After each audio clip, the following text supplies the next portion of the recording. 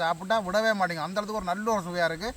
விரும்பாதாக்களும் விரும்பி சாப்பிடக்கூடிய ஒரு பூசணிக்காய் கறியண்டா இப்படி வச்சு சமைச்சு சாப்பிட்டு பாருங்க. இப்படியே நல்லபடியாக சேர்த்து விடுவோம். கறியோட சேரட்டு பாருங்கள் எப்படி இருக்குன்ட்டு. நல்ல ஒரு வாசம் வருது. இதில் பாருங்க ஒரு இஞ்சி மரம் ஒன்று முளைச்சிருக்கு. இப்போ இலையெல்லாம் கொஞ்சம் கொஞ்சமாக பழுத்து கொண்டு வருது. பிடுங்குற கட்டம் வந்துட்டு போலோடக்கு எப்படி நிற்கண்டு பாருங்க. ஒட்டு மரம் தான். அப்படியே இதில் பாருங்க ஒரு பிள்ளை மரத்தில் வந்து 3 காய் இருக்குது. 3 காய் தான் இருக்குது போலோடக்கு.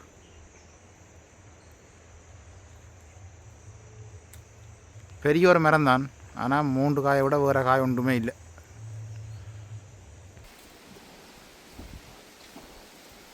வணக்கம் உறவுகளே, இன்றைக்கு ஒரு அருமையான ஒரு சமையல் காணொளி ஒன்று தான். இன்றைக்கு வந்து என்ன சமையல்னு பார்த்தீங்கன்னா, கூடுதலாக வந்து எல்லாரும் வந்து விரும்பி சமைக்காத மரக்கறியான இந்த பூசணிக்காய் தான் இருக்கும். இன்றைக்கு வந்து எல்லாரும் விரும்பி சமைக்கக்கூடிய ஒரு முறையில் தான் இன்றைக்கு இந்த பூசணிக்காய் கறி வைக்க போகிறோம். இன்றைக்கு வந்து பூசணிக்காய் கறியும் அதுக்கு வந்து தரமான ரொட்டி தான் சுட போகிறோம். அதுக்கு வந்து பாருங்க 3 சுண்டு கோதுமை எடுத்து நல்ல வடிவாக அரிக்கி வச்சுருக்கிறோம். அதோட வந்து இஞ்சால மிளகு எடுத்துருக்கிறோம், கருவேப்பமில்லை, உள்ளி, வெங்காயம். இதுக்கு வந்து இன்னொரு பொருள் எடுக்கல. என்னென்னு பார்த்தீங்கன்னா பச்சை மிளகா. இன்றைக்கு வந்து நாங்கள் எங்களோட தோட்டத்தில் தான் போய் பச்சை மிளகா பிடுங்க போகிறோம். இப்போ பச்சை மிளகாய் வந்து பிடுங்கி எடுத்து போட்டு தான் வந்து பூசணிக்காய் எல்லாம் பட்டி சமையலை வந்து ஆரம்பிக்க போகிறோம். அப்படி நாங்கள் இப்போ தோட்டத்துக்கு போவோம். இன்றைக்கு வந்து தோட்டத்துக்கு கொண்டு போகிற சட்டியை பார்த்தீங்கன்னா அப்பாண்ட நினைவு சின்னம் பாருங்கள். அப்பாண்ட பேரெல்லாம் பதிச்சிருக்குள்ளுக்கு 31க்கு வந்து நாங்கள் எல்லாருக்கும் வந்து கிஃப்டாக கொடுத்த சட்டியேன்னு கட்டாயம் வந்து சமையலே கட்டாயம் வந்து இதை பாவிக்கணும்னு எனக்கு ஒரு ஆசை உண்டு. அப்போ நாங்கள் அப்படியே தோட்டத்துக்கு போவோம். இப்போ மிளகா தோட்டத்துக்கு வந்துட்டோம். மிளகாயும் வந்து கொஞ்சம் கொஞ்சமாக அப்படியே நாளாந்தம் குறைஞ்சி கொண்டு போகுது. இந்த மரத்தில் பாருங்க, இதுலேயும் கொஞ்சம் காய் இருக்கு. எங்களுக்கு வந்து கணக்க மிளகாய் தேவையில்லை. இப்போ மிளகா மரம் இல்லாட்டி தான் கொஞ்சம் கூட கொண்டு போகணும் கறிக்கு. இப்போ நாங்கள் ஒரு சமையலுக்கு வந்து அளவளவாக வந்து பிடுங்கி கொள்ளலாம்.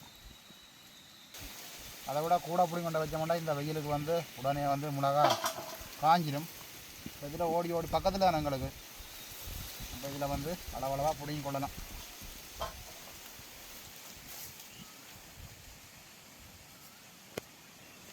வெயிலுண்டா வெட்டியான வெயில் வந்து அடித்து கொண்டு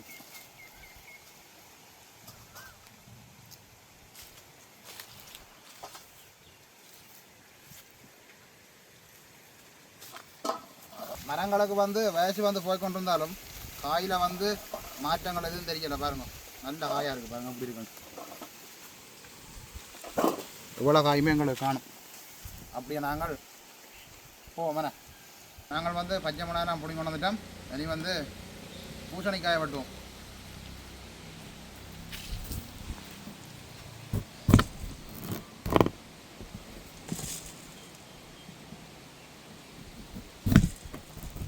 நல்ல பூசணிக்காய்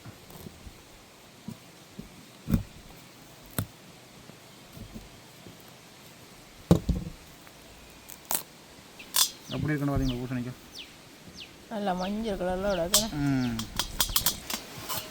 எங்களுக்கு வந்து இந்த 2 துண்டுமே காணும். கிட்டத்தட்ட 1/2 கிலோ வரும் இந்த 2 துண்டு.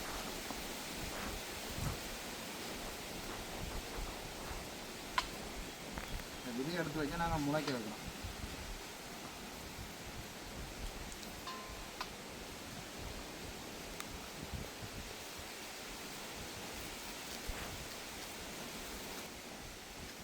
இப்போ நாங்கள் தோலை சீவி எடுப்போம்.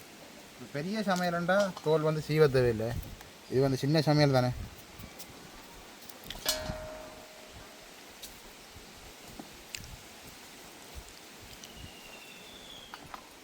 பூசணிக்காயிலே வந்து நிறைய வகை இருக்குது. துபாய் பூசணிக்காய் இருக்குது, மின்மினி பூசணிக்காய் இருக்குது, சக்கரை பூசணிக்காய் இருக்குது. இன்றைக்கு நாங்கள் வந்து சமையலுக்கு எடுத்த பூசணிக்காய் வந்து சக்கரை பூசணிக்காய். நல்ல வடிவாக தோலெல்லாம் சீவி எடுப்போம்.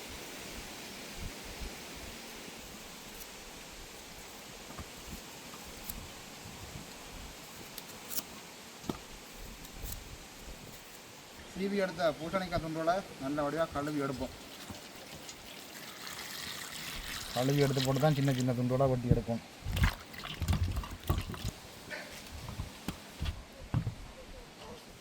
சின்ன சின்ன துண்டோட வெட்டுவோம்.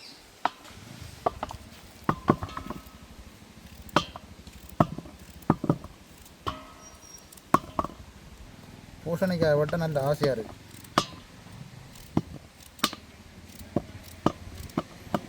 அப்படியே எல்லா துண்டுகளையும் வெட்டி எடுப்போம்.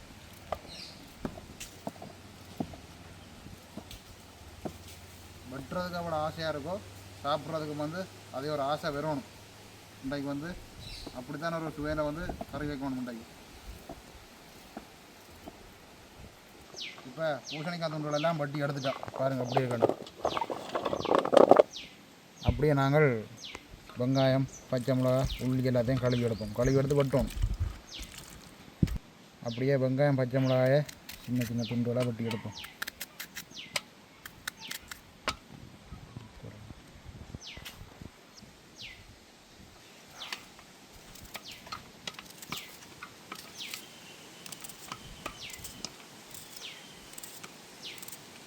இப்போ நாங்கள் வெங்காயம், பச்சை மிளகாலாம் வெட்டி எடுத்துட்டோம். இனி வந்து சமையலை ஆரம்பிப்போம்.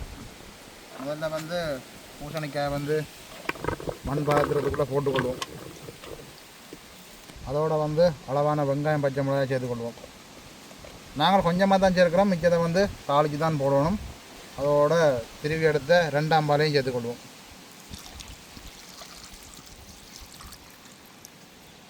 அதோடு நாங்கள் கொஞ்சம் மஞ்சள் தூளும் சேர்த்துக்கொள்வோம். ஏனெண்டா பூசணிக்காய் வந்து மஞ்சள், நாங்கள் சேர்க்கிறது மஞ்சள். ஒரு அளவாக கொஞ்சம் சேர்த்துக்கொள்வோம். அதோட அளவான உப்பையும் சேர்த்துக்கொள்வோம். நல்லா இருக்கா எல்லாம் சேர இருக்கா குலுக்கி விடுவோம்.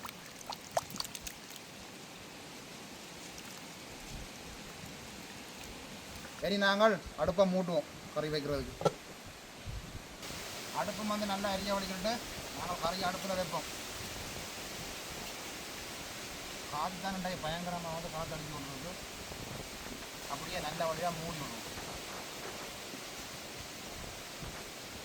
காற்று அடிக்கிற வழியாக அடுப்பு வந்து நூறாது, வேகமாக வந்து எரிஞ்சு கொண்டிருக்கு. எங்களை தேடி வெயில் வந்து கொண்டிருக்கு. இப்போ நாங்கள் வந்து இடம் மாற்றிட்டோம். சரியான வெயில். பிறகு திறந்து பார்ப்போம். அவிஞ்சிருக்கோம், அவிஞ்சு கொண்டிருக்கு. அவிஞ்சா தானாக வந்து கரைஞ்சி கொண்டு வரும் பாருங்க. கொஞ்சம் அப்படி கரைஞ்சி கொண்டு வருவேன் பாருங்க. இன்னும் வர கொஞ்சம் நேரம் அடுப்பில் விடணும். ஏன்னா இந்த பால் வந்து கொஞ்சம் வற்றணும். இன்னும் அப்படியே நாங்கள் மூடி விடுவோம்.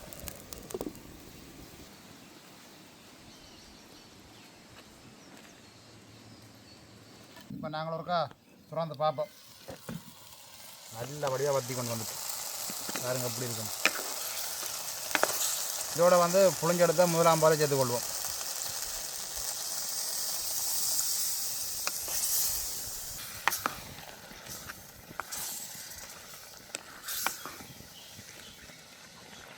இப்படியே நல்ல வடிவாக மூடி விடுவோம். பால் வந்து கொதிக்கட்டும்.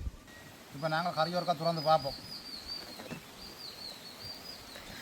எப்படி வச்சிருக்கணும் பார்த்தீங்களா, ஒரு வாரத்துக்கு கொண்டு வந்துட்டு. பூசணிக்காய் கறினா இப்படி தான் இருக்கும்.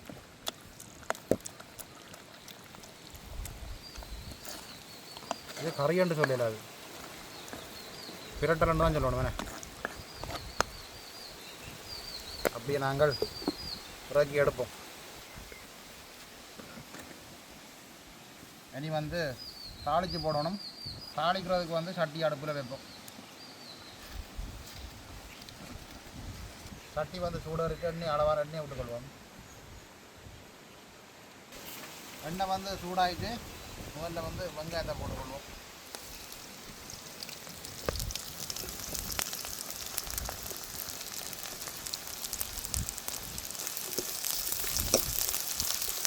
அதோட அப்படியே மிளகாயம் சேர்த்துக்கொள்வோம்.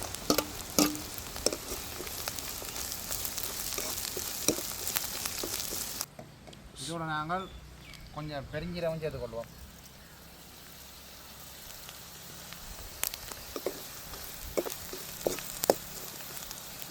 அதோட கருவேப்பிலையும் சேர்த்துக்கொள்வோம்.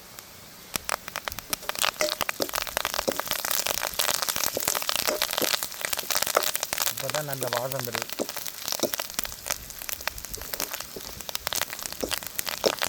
இப்போ எங்களுக்கு நல்ல வடிவாக எல்லாம் வதங்கி கொண்டு வந்துட்டு நாங்கள் இறக்கி அப்படியே கறியோடு சேர்த்துக்கொள்வோம். இப்படியே நல்லபடியாக சேர்த்து விடுவோம். கறியோட சேரட்டும். பாருங்கள் எப்படி இருக்கண்டு. நல்ல ஒரு வாசம் வருது.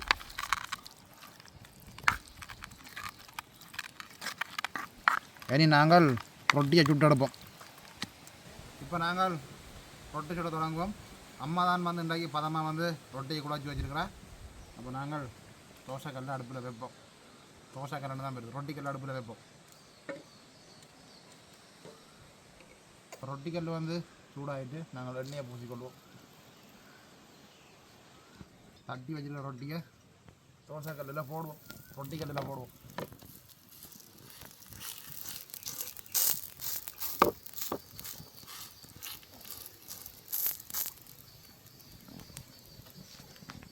நாங்கள் மற்ற பக்கம் இருக்கா அப்படியே மாற்றி விடுவோம்.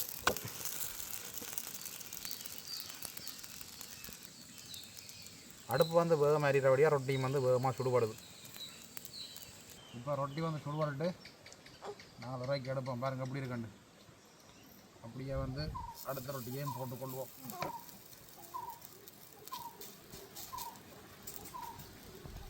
இப்போ என்ன சொல்லுங்க ஆகும் பொழுது பட்டு கொண்டு வருது. இப்போ ஒரு ரொட்டி வந்து சுட்டு எடுத்துட்டோம். அதான் வந்து கறியோடு சாப்பிட்டு வாங்க இப்படி இருக்காண்டனே. அப்போ நாங்கள் இனி சாப்பிடுவோம்.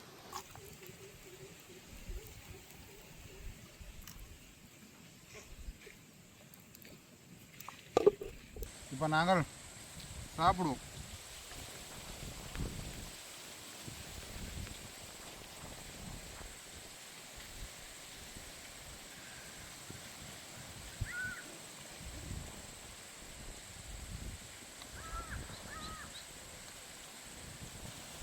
உண்மையாக வந்து நல்ல ஒரு சுவையாக இருக்குது. இந்த ரொட்டிக்கு தான் இந்த பூசணிக்காய் வந்து இவ்வளோ ஒரு சுவையாக இருக்குது. நானும் நிறைய இடங்களில் வந்து இந்த பூசணிக்காய் கறி சாப்பிட்ருக்குறேன். ஆனால் ரொட்டியோட வந்து இன்றைக்கு தான் சாப்பிட்றேன். இன்றைக்கு தான் பூசணிக்காய் கறின்ற சுவை வந்து எனக்கு உண்மையிலே தெரியுது. பானுகள் ரொட்டிகளுக்கு தான் இந்த பூசணிக்காய் வந்து நல்ல ஒரு சுவையாக தரும்.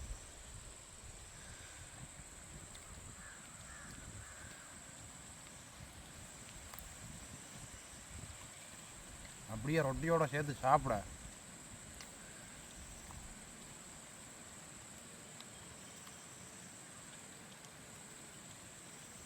விருப்பம் பெறாத எனக்கே இந்த பூசணிக்காய் கறி நல்ல ஒரு விருப்பமாக இருக்குது.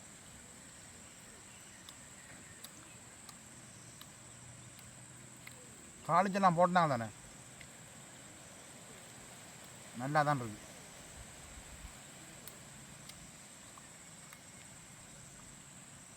நீங்களும் வந்து நேரம் இருக்கிற நேரம் இப்படியான ஒரு பூசணிக்காய் கறியும் வச்சு நல்ல ஒரு ரொட்டி மட்டும் சுட்டு சாப்பிட்டு பாருங்கள் எப்படி இருக்குன்ட்டு. சாப்பிட்டா விடவே மாட்டேங்க. அந்த இடத்துக்கு ஒரு நல்ல ஒரு சுவையாக இருக்குது. விரும்பாதாக்களும் விரும்பி சாப்பிடக்கூடிய ஒரு பூசணிக்காய் கறியண்டா இப்படி வச்சு சமைச்சு சாப்பிட்டு பாருங்க.